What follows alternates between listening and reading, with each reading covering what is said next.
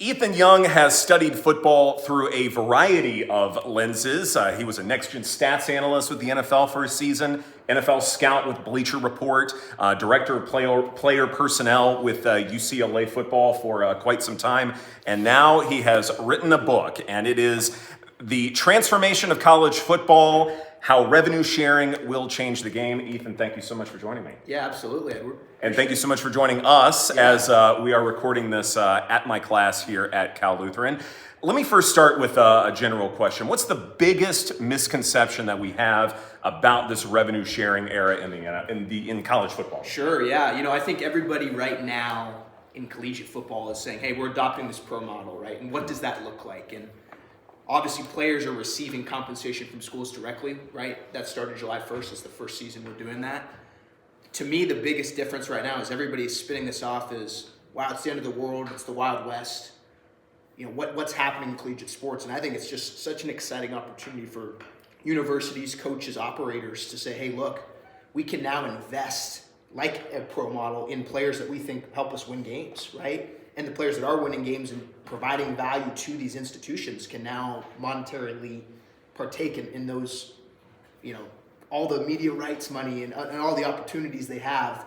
So it's a really equitable system, and I think it's a great competitive balance system too. And there's tons of parity. We've seen it this season, right? Indiana is doing unprecedented things on the football field for their institution. It's such an exciting time, and there's really no excuses anymore for anybody because everybody has the ability to partake in this money and be really strategic with it.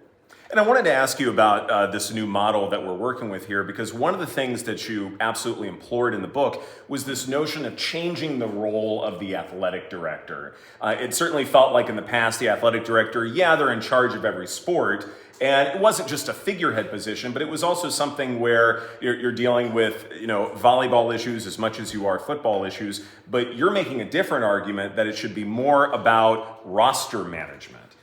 I think as we adopt the pro model, I think organizational structure and philosophy have to match, right? Because what we've seen in professional sports, and we go through a little bit of a history of this in the book, but it really evolved from family-run ownership groups running teams in the NFL and in basketball, baseball as well, to, all right, hey, let's bring in a president type to oversee the business or infrastructure and oversee the coaching staff, right, and create some middle management there. And then it's evolved even further to, well, hey, separate of coaches and presidents and business people coming together, we need personnel people that are experts on the players that can partner with the coaches to develop teams, right? So that next step hasn't happened in collegiate sports yet.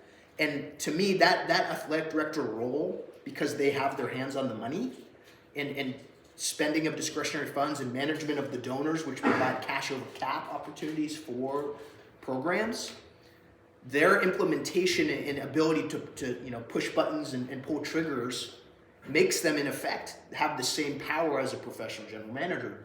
So the evolving ecosystem of, well, hey, our AD is going to just stay bureaucratic and self-subjugate themselves to president-type roles, which are great roles, right, but not really involved in the team side and the competitive side? Or are they going to say, hey, let's learn all the historical precedent of team building, let's become experts, and figure out how we fit into managing coaches and executives? I think everybody's going to have different answers on that, but right now, if you don't answer that question, you're going to get left behind. And I think it's something, too, where it's not just every program could be left behind, but even the biggest programs with the greatest amount of money and greatest history and the most number of championships, they could also be left behind in this new model. Absolutely. And you look at guys like, why are all these huge buyouts being paid in college football, right? I mean, we saw a coach last week get paid $49 million to go away. And cash is at an all-time value for these athletic departments. So you wonder, why does that happen? Because they have to pay, $20.5 million to athletes now, which is a new line item for them. But the biggest thing in that is the organizational structure needs of the entire ecosystem have changed so much that they have decided as a group, paying these people to go away and relaunching our leadership and our organizational structure and philosophy is worth paying the piper, right? And paying that buyout, because it's a lot of money, right? And I think those contract structures will start to disappear over time as people understand the turnover of these positions. But right now, it's an expensive price to pay to reset and make themselves not get left behind in this kind of strategic decision-making era we're in.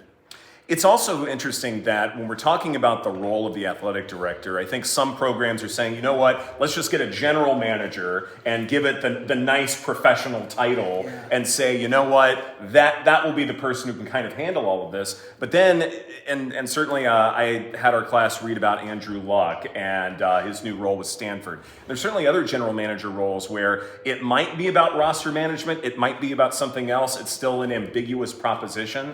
But again, it goes back to this notion of, okay, that can't just be an answer to hire someone new, especially someone with a name, which a lot of programs have done, but it's also actually defining what those responsibilities are supposed to be. No question. And I would even add this, Edward, but the alignment within the decision-making ecosystem that exists within a college football building, which we talk about in the book, is very democratical, and it's held within the head. Democratical. Tell me what that word is. So democracy, if you read any of the old Plato, it's a historical society that's based highly on militaristic achievement, right? So it's based on, we're promoting our generals to make governmental decisions.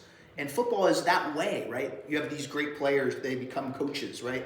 And a lot of who is given power is based on playing experience and playing history. There's nothing wrong with that, but we need to recognize that, right? Because there are some pitfalls that come with that sort of system if you're not careful.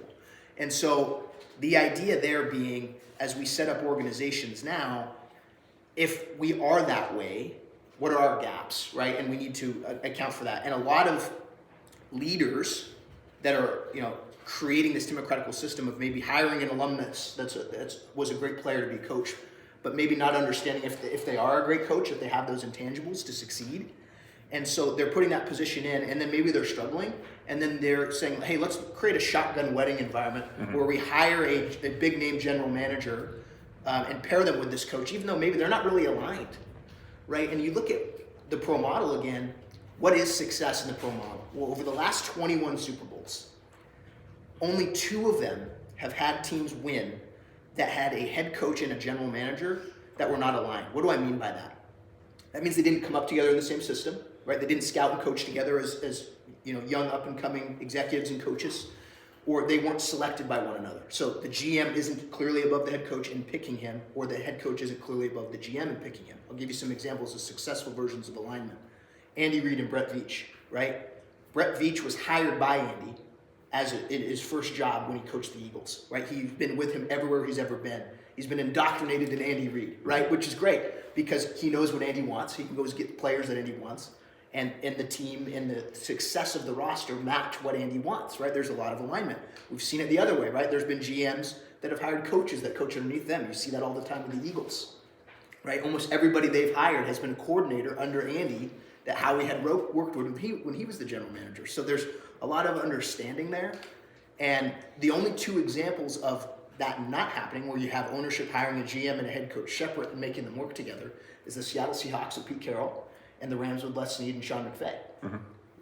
What's the commonality there? You have 2 Hall of Fame coaches, right? Pete Carroll and Sean McVay.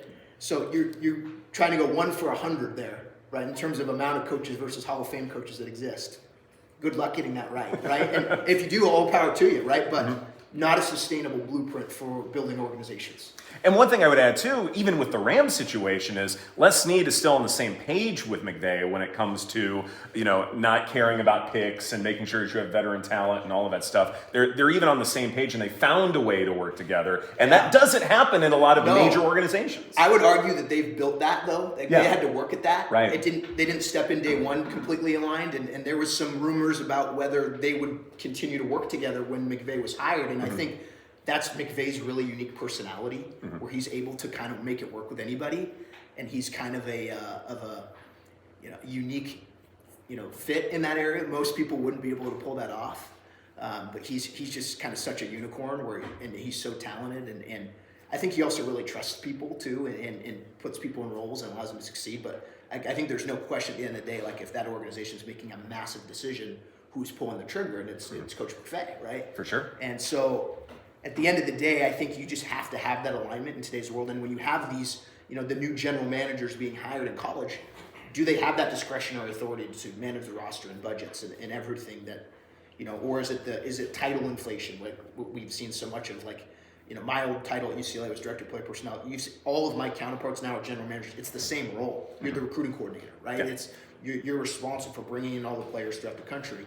And now I think a lot of times it's like a press release win of like, we hired a general manager, great, all our problems are solved. And it's like, well, you giving that general manager the $20.5 million and letting them delegate it, or are you still doing that in the business office?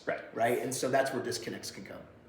Yeah, I think it's interesting because on the one hand, this does make a lot of sense when it comes to what the athletic director should be doing, how to articulate what the new general manager role should be doing. At the same time, I do worry about the practical component of this because head coaches have a lot of power, they have a lot of clout, and the fan base tends to support them as well because they have either been around a long time or they remember the quintessential win that they had, or maybe a championship or things like that. And now you're asking them to have less power, less authority. And I think a lot of people, especially head football coaches, are not going to want to do that. Sure. So I do wonder if the solution is, well, those older head coaches are going to be gone soon.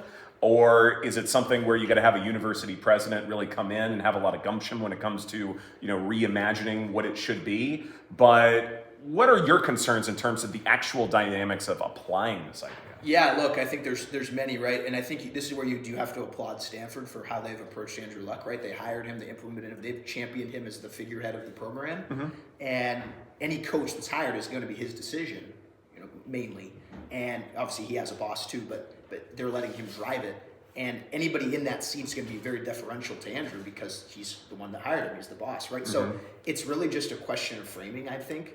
And people that don't frame it right, they're going to have problems, right? And that's the shotgun wedding, approach of not being aligned. Mm-hmm. So you have to create that. Like, that's the number one pillar we talk about in the book of successful pro organizations. Is they are very much aligned in terms of how they win, why they win, how they want to win, all of the, down from the salary cap to how tall is the quarterback to mm-hmm. what scheme are we running. Every piece of it is very systemic. What should we know about Texas Tech and how they've gone about their spending and their early season successes? Texas Tech's a fascinating example. Obviously, Cody Campbell is a name that has gained a lot of notoriety over the beginning part of the season. He's their largest booster. And he's led not only legislative change, but huge in their collective. So he's raised a lot of money, and a lot of his own money. He's in the oil business. And what he's done is say, hey, we're going to be really aggressive in the cash over cap era. And before revenue sharing started in July, it was very unregulated about the funding that would be counted and not counted against the cap. So they pushed a lot of money forward and were really aggressive this spring and acquired a bunch of high-level players and have put together one of the most talented rosters in the country. And they've done it on, very aligned. And their general manager has worked with their head coach for many years, down back to Baylor, and they kind of know exactly what they're looking for. But they are the pinnacle example of how you can control your success, right? Mm-hmm. Now, not every school has a Cody Campbell, right? But there are administrative things they are doing that even are stretching their dollar further than what they have from a cash over cap standpoint with their booster raise. And some of those things are they've eliminated Alston Awards, which is somewhat of a controversial thing, and what those were about a $7,000 stipend that Division I athletes could receive as part of having over a 3.0 GPA, as part of a previous lawsuit that happened a couple years ago. By eliminating that, they're adding more money onto their salary cap because all of those payments count against the cap mm-hmm. in today's world. So by eliminating those payments for scholarships over 85, and really for scholarships across the athletic department, they're creating cash liquidity, but they're also creating cap liquidity. And that's $1 to $2 million a year more on the salary cap. So you're talking about on a $13 million budget, because everybody throws around this $20.5 million number, but football is at most receiving $13.5 right now because they have to split it amongst multiple sports. So if you talk about adding $1 to $2 million to your departmental salary cap each year, that's almost a 10% increase. a lot of the time. So, most schools aren't doing that. Like, just to be clear, like Texas Tech's doing it, a couple other schools are doing it, but a lot of other schools have gone the other way and said, we're going to scholarship every athlete. We're getting rid of walk-ons, and that's great and noble too, but that comes with cap penalties. So kind of pros and cons, and that's where it's like athletic directors are making those decisions, and those are, I'm sure they have their rationale and logic, but if success on the football field is what drives economics, which we discuss and kind of codify in the book, then it's really important to tie those sort of decisions to that North Star. What is a program, a major program or a program with a lot of historical success, you feel like is going about this era the wrong way? I hate to point fingers because that doesn't ever work well, and there's no upside to doing so. But I think there are a lot of examples, and we can go back to the scholarship discussion of like, there are a lot of schools that come out and said, we're going to scholarship every kid, no more walk-ons, this is great, right? And there is a noble element to that, but you're taking about $3 million, 2.5 is the carve out, but $3 million in cash and $2.5 million out of your salary cap. And I would argue that schools that are doing that, and you can look for real names in the book if you want to know who those are, but big flagship institutions in the Power Four that have championed this, and they're basically, to me, waving up a white flag that says, hey, we're not going to put every dollar we can into funding a good football program. And, that's a choice they've made. And I don't know if they're making a choice that's made intelligently on understanding the cons of that. There's some great pros, don't get me wrong. But I don't think they've fully vetted out the competitive aspect of what they're doing to themselves. For sure. Because we are here in a classroom, with a lot of fantastic students who may very well want to get involved in college sports in some way, shape, or form. What is something, whether it's college football or anything involving college sports, what do you feel like is something that they really need to know and or pursue for this era so that they are in the best position to get jobs? Well, I'd just say, look, at your guys' age, if you're trying to break in, the best thing you can do is just get in somewhere, right? Bang down a door and say, hey, I'll do whatever is valuable, right? And getting in a building, you will learn so much just from osmosis being in. And I can't tell you, when I left the NFL league office, went to UCLA, how much I learned in those first 12 months just being in the building. It's invaluable. And I think you also learn very quickly whether it's what you want to do, because it takes a lot. It's a lot of time. It's a lifestyle. You really commit yourself to something. So I would really just find who's close to you that you can get in and learn, and then everything else will kind of take care of itself from there. Make great relationships, and it's a people business like everything else. So if you get in somewhere and just kind of really cut your teeth and learn the business, and try to find ways to add value, right? Whatever you're doing, that'll make a big difference. It is interesting too that I think curriculums and things like that, sometimes they can be a little archaic. Like even the fact that we're in the revenue sharing era now, I mean, that's this year. Yeah. NILs were 4 years ago. That is so 4 years ago. Yeah. And it's keeping up with these things. Sure. That in and of itself is its own exercise. And, like we talked about, it is fascinating how many people almost refuse to keep up with these dimensions because college football is changing. It's obviously not going away. In fact, it might even be bigger and better than ever because there could be more parity. And I am curious, why there is this kind of backlash when it comes to keeping up with the times. Yeah, I think a little bit, and we talk about this in the book, and I think there's a lot of traditionalists that went to school and have fond memories of it looking a certain way, and then it doesn't look a certain way, and it's like, oh, we're attacking the fabric of what this this great institution, and I think there's probably some politics that tie into it, right? So people get up in arms, but if you look at the facts, you made a great point. Our business is booming. It's never been better. TV ratings have never been higher. They continue to bet on themselves and iterate, and it's working.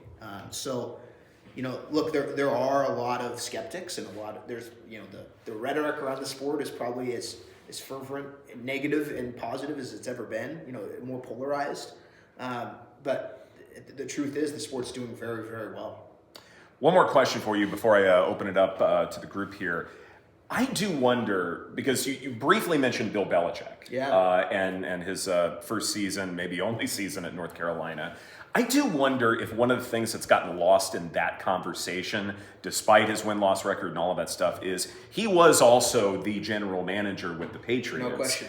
And it is almost as though, like, yeah, he won 6 Super Bowls, all that stuff, but the roster management side was also something that he was very, very good at, and should not have gone unnoticed. And it almost feels as though if anyone is equipped to handle whatever the new thing is supposed to be in college sports, it should be someone who also has roster management background.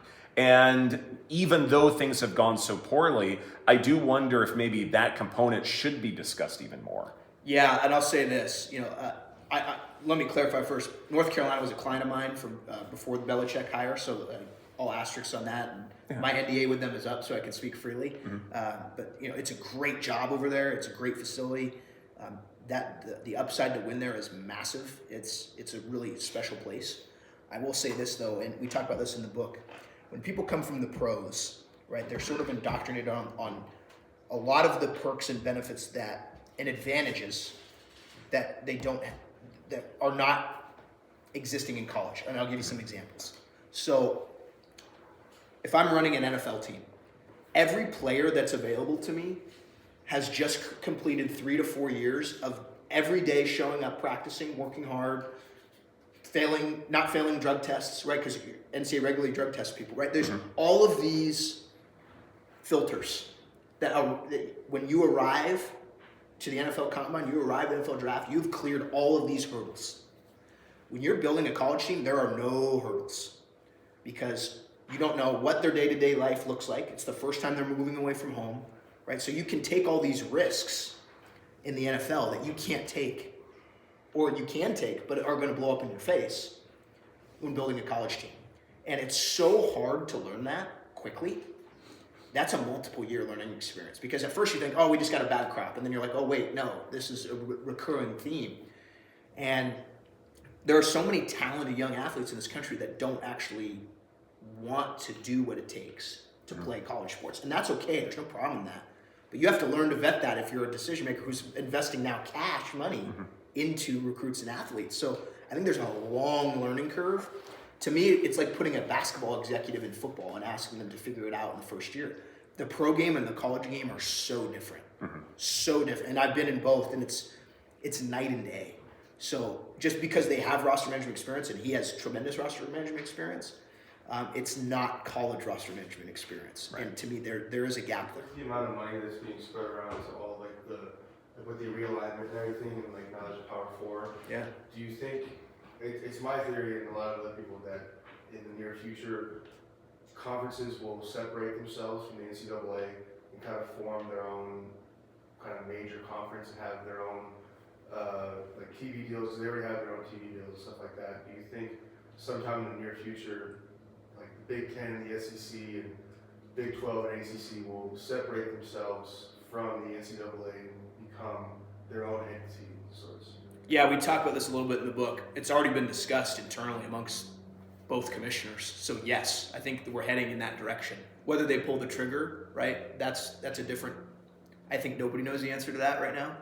I think certainly the way we've headed, if they don't do that, there has to be a huge reason why. And I think we've seen Congress even getting involved in maybe defending against that a little bit in recent weeks. We are certainly heading in that direction. And to me, the relationship between the Big Ten and the SEC in particular are the two that would branch off and do it, especially if there were potential changes to the Sports Broadcasting Act, which is something that is in debates right now, because at that point they would have the ability to form a group that would have different protections than the NCAA does, and there'd be a lot of advantages to that. And I will share this with you. I'm sure some of you have seen this in the news. The Big Ten is exploring private equity right now, an infusion of a lot of cash to their institutions for an ownership stake in their league, but it's actually not in their league. They're forming a new entity, to your point, which could very well spun off to be its own thing, separate of the NCAA, and the private equity money is being put into that entity. So they're already setting themselves up from a business corporation standpoint to make that sort of move. That would be huge. Yeah, it would. Yeah, and for a variety of reasons, just because then does that mean that some schools that aren't in the Big Ten, are going to clamor to try and be a part of this because maybe they feel like, they can get a bigger share of the pie, maybe even be likelier to win a championship if, say, you're a middling SEC team, something like that. Well, and look, I also think you can card it the other way too, right? Like I do think that Miami's, Florida State's, Clemson's of the world are all going to try to get in that group. Mm-hmm. But if you're an underperforming school in that group, like, are you going to get invited? Because as we leave the structure of the NCAA, I don't necessarily need to bring you if you're not pulling your weight. Mm-hmm. And unless leagues build in infrastructure similar to what the ACC did this last year, where their payments on broadcast are not equal across the board, they're based on what you're bringing in. If you're a school like a Purdue, why are you making as much as Ohio State? Mm-hmm. That's a question Ohio State might start asking in a new, business context. So I do think they need to be careful because it might cut both ways, mm-hmm. and this desire to build and grow might create a dynamic where some people can't quite keep up. Not to kick someone when they're down, but I know we talked about Penn State a little bit, and I want to circle back to that because while firing James Franklin, he does get $49 million, to go do anything else, I guess. It does sound at the same time like the ability to hit the reset button in this revenue sharing era is important. And the fact that this, Big Ten private equity thing could also be there. It does seem like that, Penn State was ranked highly and they lose 3 games and all that stuff. It seems like a very trigger happy kind of move, yet at the same time, you can point to a lot of reasons why it was well thought out. Maybe? Yeah, look, 15 days ago, and you say that the day he's fired, but 15 days before he was fired, he was sitting number 3 in the country in college game next Nick Saban, laughing and smiling, right? Yeah. And then it has a really bad stretch, but I would argue that was a multiple year one. The organizational structure needs of saying like, hey, we need a pro infrastructure rather than one guy owning everything, right? Mm-hmm. So I think that's one. And 2, I do think that multiple years of fan fatigue, right? Like what James did is certainly commendable, and it's very similar to what Bo Pelini did at Nebraska. Mm-hmm. And I would also urge Penn State, look how that turned out. You fired a coach that was going 8-4 every year, and then you hired a coach that went 4-8. Not great, but they aspire for more, and they want to beat Michigan, they want to beat Ohio State. But I would start with conceptually, are they putting into the program what those programs are? And the answer is no, they're not. Their resources have been lesser than Michigan and Ohio State in recent years, and so this is an opportunity to change that, because now there can be sort of a meeting of all the figures that be the donors, the high level, the board of regents. We get together and say, hey, let's match our resources now to go acquire someone that can compete at this level and beat Ohio State. Because sometimes you can't even get that done until there's a leadership change, unfortunately, mm-hmm. right? Because it's just hard to rally the support. And there is a real element of fatigue. And you can do the same thing, and it's lauded in year 1, and in year 6, it's not, right? Mm-hmm. And that's an unfortunate reality of he was in that job for over a decade, and that's really rare air. And you need to be winning national championships to be proof of the fan fatigue and administrative fatigue and player fatigue, right? Mm-hmm. All of the messaging eventually wears on everybody over time, and you're kind of left to have to reinvent yourself. And I, just to make it closer to home for me, someone like Les Miles at LSU is another great example of this. He did win a national championship in 2007, did compete for another one in 2011 with one of the better teams that we've seen in recent memory, but fell just a little bit short. He couldn't last that long. No doubt. So definitely there are many examples of this. You become the director of player personnel for UCLA. Yeah, I'll tell you what. So, I worked in scouting and personnel basically my whole life after getting done playing. I played football, baseball, basketball. And for me, it was what I wanted to do and what I was passionate about was identifying and evaluating players. And so, getting to do that on my own at first, right? I had to just start doing it. And so I did that for a couple years and really let the tape teach me on hey, what works, what translates to the NFL. Watched a lot of pro guys. Got an opportunity to do it for Bleacher because I was posting stuff online and it got a little bit of pub. And so that's what allowed me to get hired by Bleacher Report originally. And that gave me a lot of credibility early, in putting that on. And then I had a very public, avenue to put my reporting on with Bleacher. So I did that for a couple years. And then hired by the league office, did that for a year. And then at UCLA, kind of a unique story there, right? Because I was an outsider to the college football space at that time. And, I was working in Culver City here. And then Coach Kelly got the job. And I had done some consulting stuff in the NFL. So, knew people that knew Coach and had his phone number. And so kind of watched his press conference. And I just thought, wow, we're really aligned on what we believe wins games and how we think about football.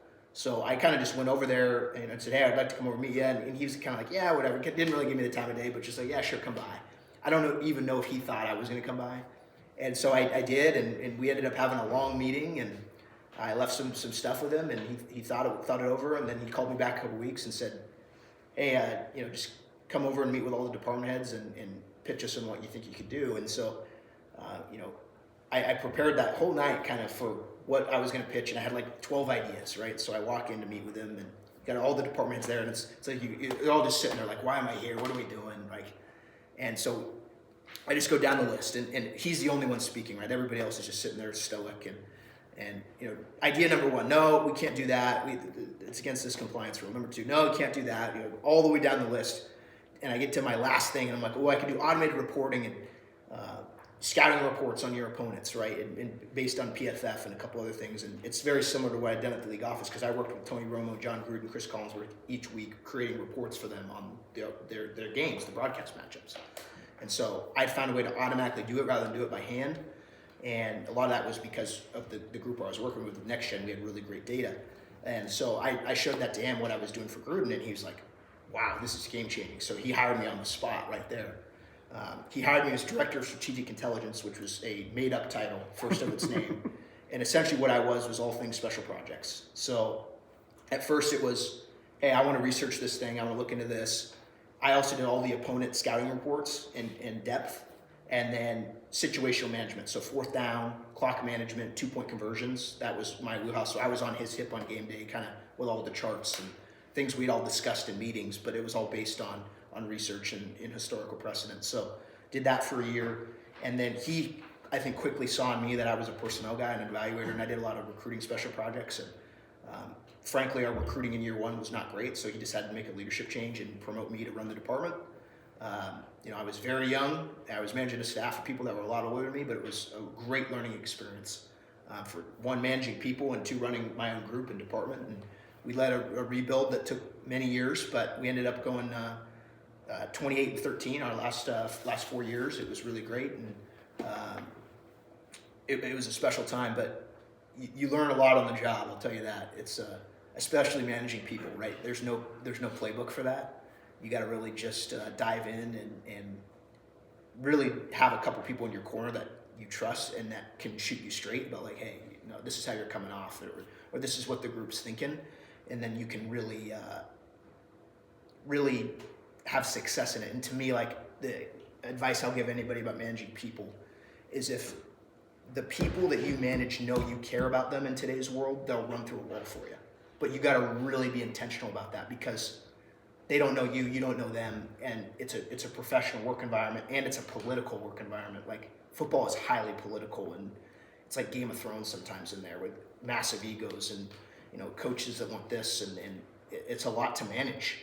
And you got to not only manage your group and manage down, but you got to manage other department relationships. You got to manage the relationship with the quarterback coach and the receiver coach, right? Because as the leader and managing the roster, like, there's a lot of different pots and groups you're in.